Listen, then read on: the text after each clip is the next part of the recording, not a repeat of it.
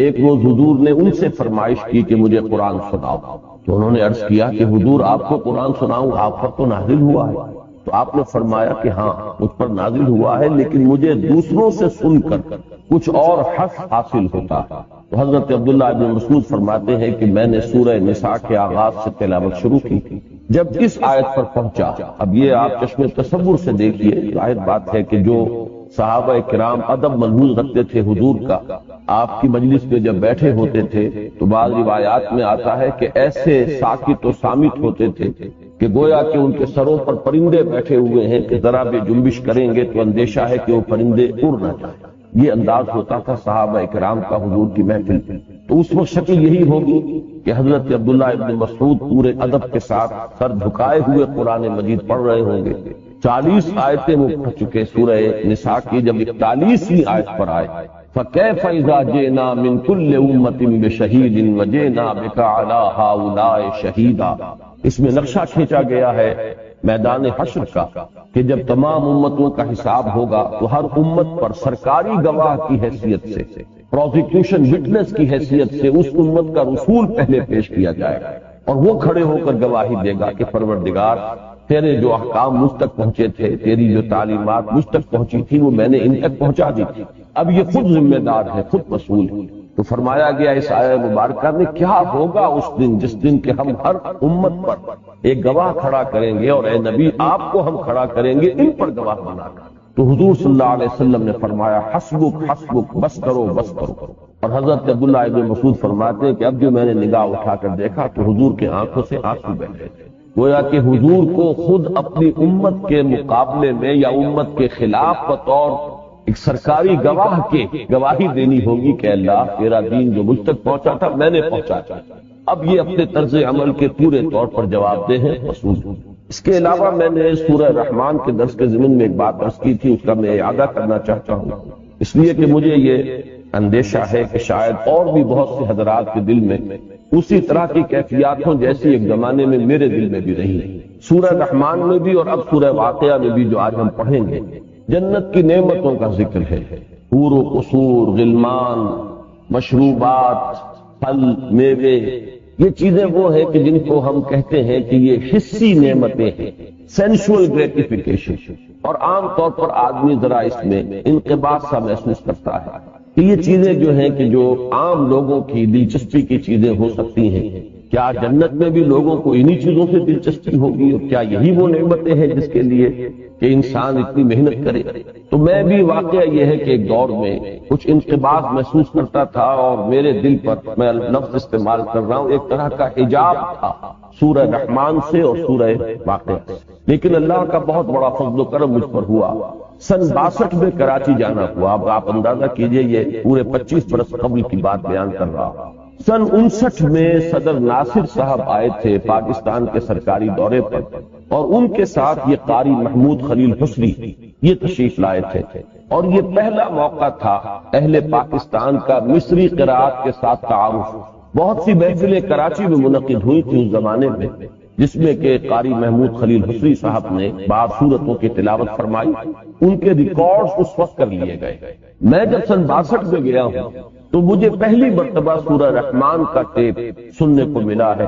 جو سن 59 میں قاری محمود خلیل حسنی نے قرات کی تھی، اور میں اپنا یہ احساس پہلے بھی عرض کر چکا ہوں، آج پھر بیان کر رہا ہوں کہ واقعہ یہ ہے کہ کوئی اس کی عقلی اور منطقی دلیل میرے پاس نہیں، کوئی توجیہ میرے پاس ریشنل کوئی اس کی ایکسپلینیشن نہیں، لیکن میں نے فی الواقع ایسے محسوس کیا اس قرات کو سنتے ہوئے کہ جیسے میرے دل پر سے کوئی غبار اتر رہا ہے، دھل رہا ہے وہ غبار۔ اس کیفیت کو میں آج تک محسوس کر رہا ہوں کہ جیسے جیسے میں سنتا گیا محسوس ہوا کہ جیسے کوئی غبار تھا جو دھل گیا۔ پھر یہ کہ ابھی سورہ واقعہ کا معاملہ باقی تھا، یہ پھر فضل ہوا اللہ تعالیٰ کا کہ تقریباً 7-8 سال بعد کی بات ہے، پھر جب میں لاہور منتقل ہو چکا تھا، یہ غالباً سن 69 یا 68 کی بات ہے کہ قاری محمود خلیل حسنی اور قاری عبدالباسط محمد عبدالصمد یہ دونوں ایک وفد کی شکل میں آئے تھے، اور اس مرتبہ لاہور بھی آنا ہوا تھا۔ لاہور میں یہی جامعہ اشرفیہ میں ایک محفل منعقد ہوئی، محفل قرات رات کے وقت بعد نماز عشاء، اور میری خوش قسمتی کہ اس مرتبہ انہوں نے یہ سورہ واقعہ کی تلاوت کی۔ اور اس کے ذریعے سے وہ حجاب جو تھا سورہ واقعہ سے بھی جو حجاب تھا وہ ظاہر ہوا اللہ کے فضل و کرم سے. ان کا میری گردن پر یہ بہت بڑا احسان. اب میں اس کے حوالے سے یہ بات کر رہا ہوں کہ ہمارے ہاں جو ایک خاص ریشنلسٹ قسم کا ایک مکتب فکر ہے جو محض کوئی بات جو عقل سے سمجھ میں آئے صرف اسی کو ماننا چاہتا، وہ قرآن مجید کی تلاوت کی تاثیر کا قائل نہیں، جبکہ میرے نزدیک حسن قرات جو ہے قرآن مجید کا اس کی اپنی ایک تاثیر ہے. یہ مانوی تاثیر سے بالکل جدا گانا ہے. آج کل کے زمانے میں آپ نے سنا ہوگا مختلف اصطلاحات استعمال ہوتی ہیں. ESP extra sensory perception. ایک دور وہ تھا جب ہم یہی جانتے تھے کہ حواس خمسہ ہی کے ذریعے سے کوئی چیز انسان کو معلوم ہوتی. آج خود سائنس بتا رہی ہے کہ نہیں، کوئی اور چینلز بھی ہیں، انویزیبل غیر محسوس چینلز ہیں جن کے ذریعے سے پرسیپشن ہوتی ہے باقاعدہ. تو ESP ایکسٹرا سینسری پرسیپشن. اسی طریقے سے یہ جو انسان کا وجود ہے، انسانی شخصیت ہے، اس میں تاثر جو ہے، اثر قبول کرنے کے چینلز بھی بہت سے. یقیناً اس کا اہم ترین چینل جو ہے وہ انٹلیکٹ ہے، وہ انسان کی عقل، فہم، شعور،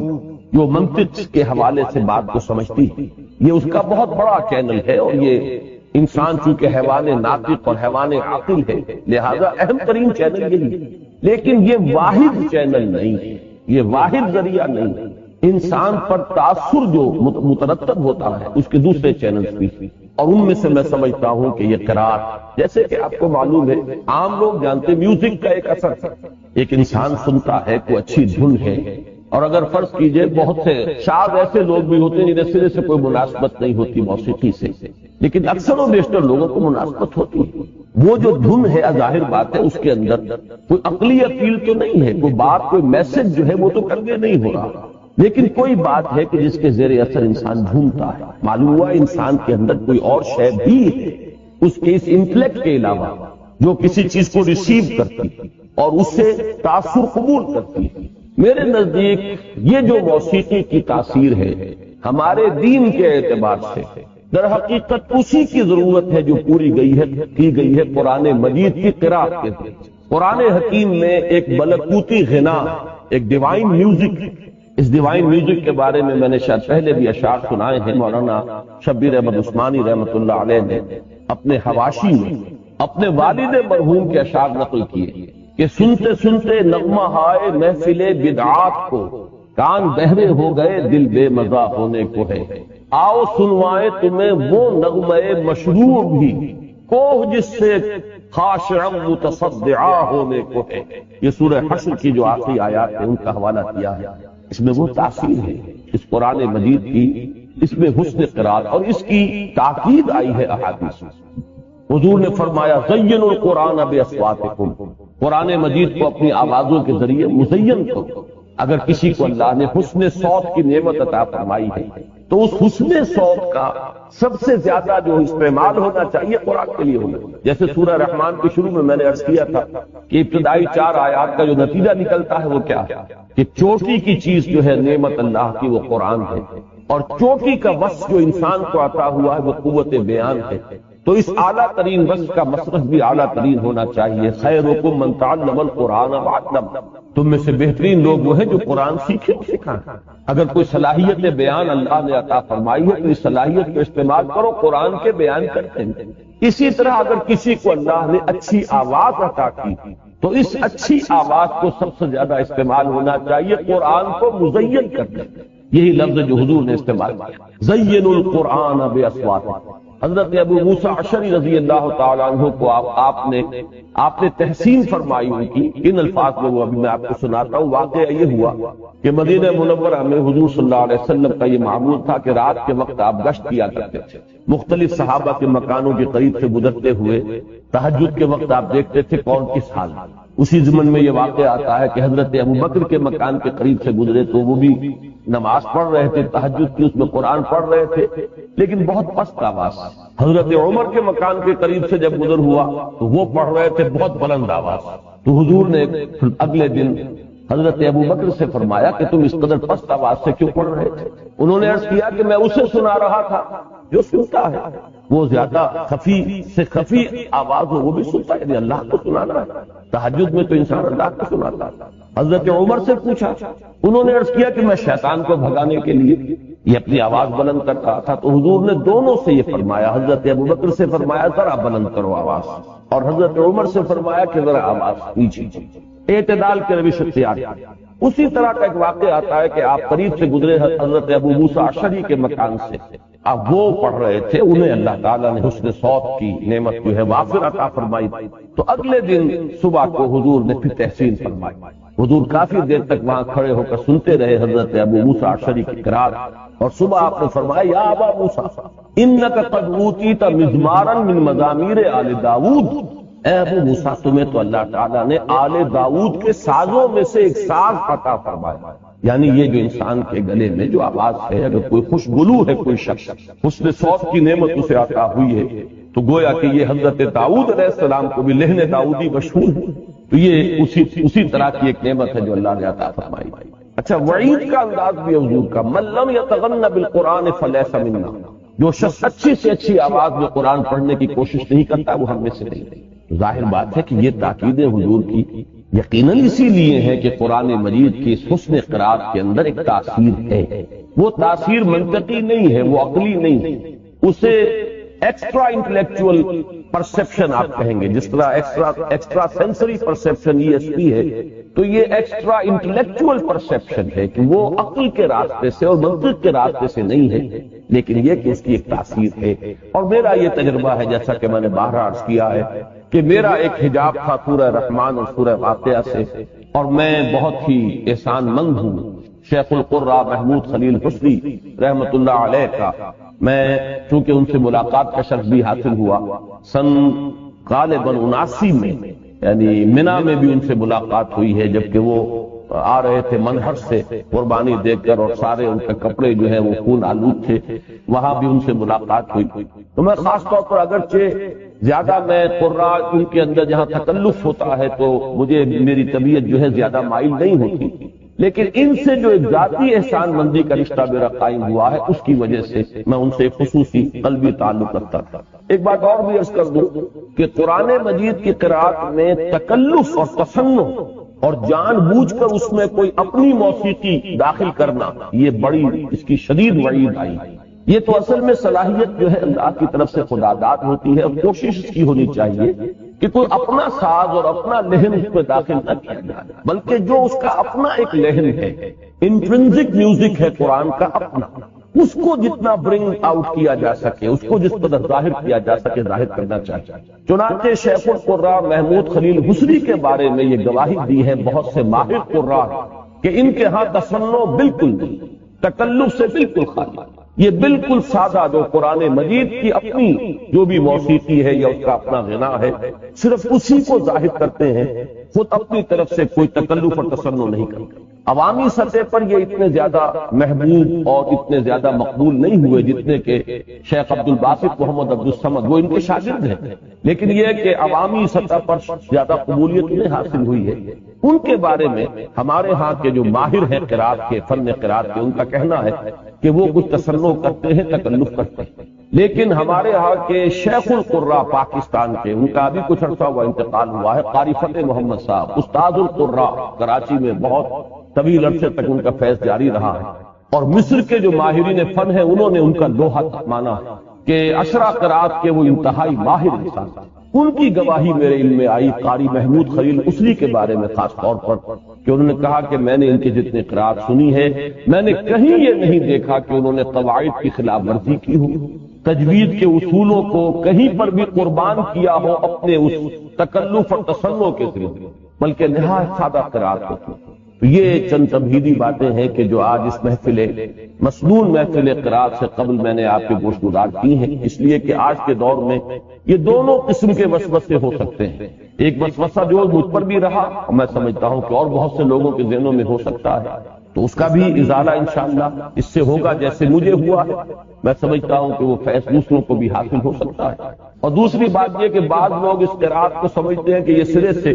کوئی قابل اتنا چیز ہے ہی نہیں،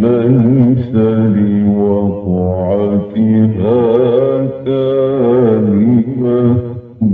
خافضة رافعة إذا رجت الأرض رجا وبست الجبال بسا فكانت هباء منبثا وكنتم أزواجا ثلاثا فأصحاب الميمنة ما أصحاب الميمنة وأصحاب المشأمة ما أصحاب المشأمة السابقون السابقون أولئك المقربون في جنات النعيم ثلة من الأولين وقليل من الآخرين على سرر موضونة متكئين عليها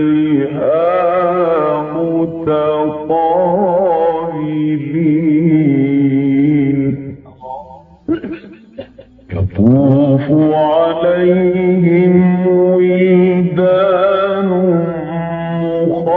مخلدون بأكواب وأباريق وكأس من معين لا يصدعون عنها ولا ينزفون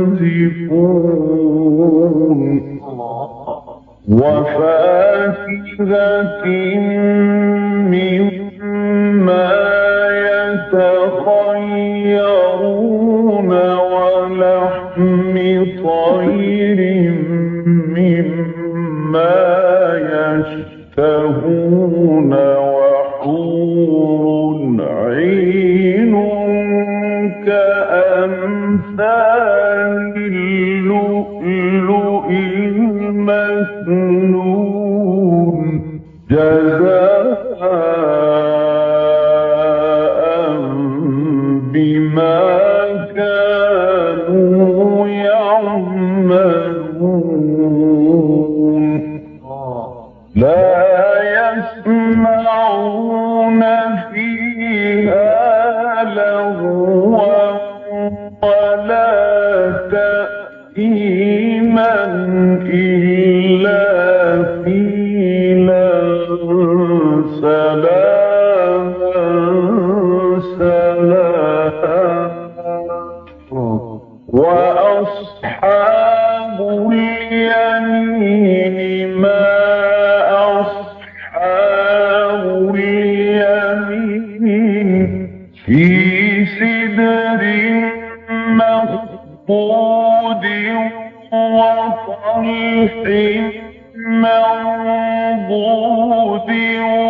وظل ممدود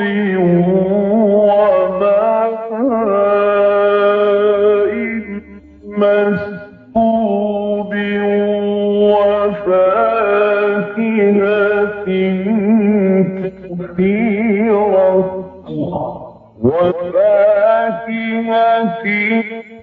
كثيرة لا مقطوعة ولا ممنوعة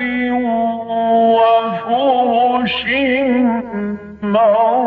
مرفوعة إنا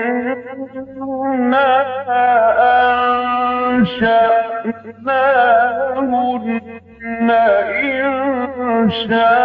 إنشاء فجعلناهن أبكارا عربا أترابا لأصحاب اليمين إنا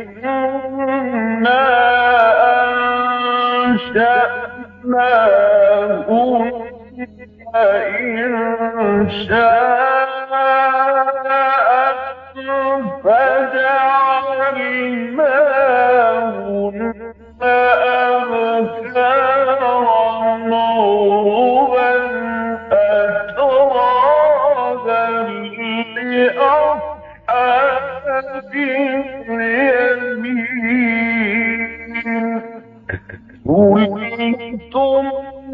من الأولين وثلة من الآخرين أصحاب الشمال ما أصحاب الشمال في سموم